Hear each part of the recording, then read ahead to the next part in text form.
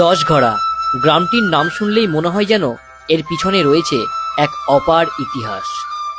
ইতিহাস ঘাটলে জানা যায় একসময় এখানে 10টি গ্রাম একত্রিতভাবে জমিদারি গড়ে তোলে, যা 10 যুক্ত ঘড়া।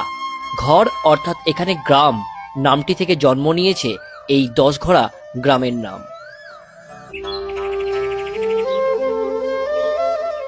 হুগলি জেলার ধনিয়াখালী থানার অন্তর্গত এই গ্রাম শুধু নিজে নয়, তার মাটিতে লুকিয়ে আছে শত বছরের স্মৃতি, জমিদারির ছাপ, মন্দিরের মূর্তি সাধনা আর ঢেউ খেলানো গ্রামের জীবনচিত্র।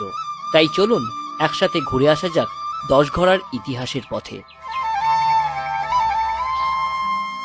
দশঘড়া কেবলমাত্র একটি গ্রাম নয়, এটি ছিল একটি জমিদারি কেন্দ্র। বলা হয় বর্ধমান ও ওই অঞ্চলে অভিযানকালে কোনো এক মুঘল সময়ের সেনাপতির নাকি বিশ্রামস্থল ছিল এই দশঘড়া। এখানে জমিদার বংশ যেমন বিশ্বাস পরিবার উল্লেখযোগ্য, তারা মন্দির, বাড়ি, রাসমঞ্চ, নৃত্যশালা ও আজও দাঁড়িয়ে থাকা পুরাতন স্থাপত্যমূলক কীর্তি গড়েছেন।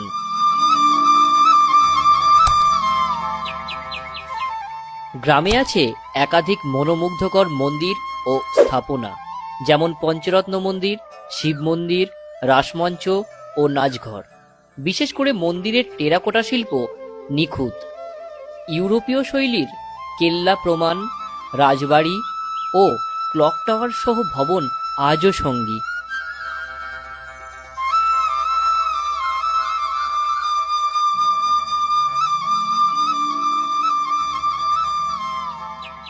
জমিদারের দান, মন্দিরের আসর পূজা, গ্রাম্য উৎসব এসবের মাধ্যমে দশঘড়ার গ্রাম্য জীবন আজও বয়ে চলেছে।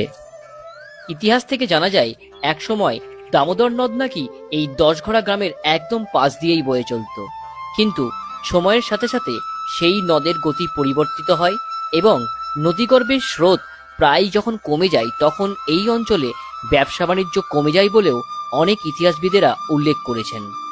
তবুও আজও দশঘড়া তার নিস্তব্ধির মাঝেই ইতিহাসের এক সাক্ষ্যরূপে দাঁড়িয়ে আছে। এখানকার পুরাতন বাড়ি, মন্দির, রাসমঞ্চ, গ্রামের পথচিত্র এবং বিশ্বাস বাড়ি এবং রায়বাড়ির মতো ঐতিহ্য আজও দশঘড়ায় বর্তমান। দশঘড়া এক গ্রাম নয়, এক ইতিহাস, যেখানে কালের পরিক্রমায় বদলেছে দৃশ্য, বদলেছে মানুষ, বদলেছে তার চোখে দেখা মাটির রং, কিন্তু বদলায়নি সেই মাটিতে শিকড়ে বসা ইতিহাসের গন্ধ, স্থাপত্যের ছাপ, সংস্কৃতির শব্দ। আপনিও আজ দশঘড়ার মাটিতে একবার পা রাখুন, হয়তো শুনতে পাবেন বাঁশি ছন্দিত বাতাসে ভেসে আসা অদৃশ্য ইতিহাসের ধ্বনি। এই ধরনের ইতিহাস যদি আপনার গ্রামের থেকে থাকে তাহলে আপনিও কমেন্ট করে জানাবেন, এবং অবশ্যই ভিডিওটি ভালো লাগলে আপনি অবশ্যই সাবস্ক্রাইব আর ফলো করে নেবেন।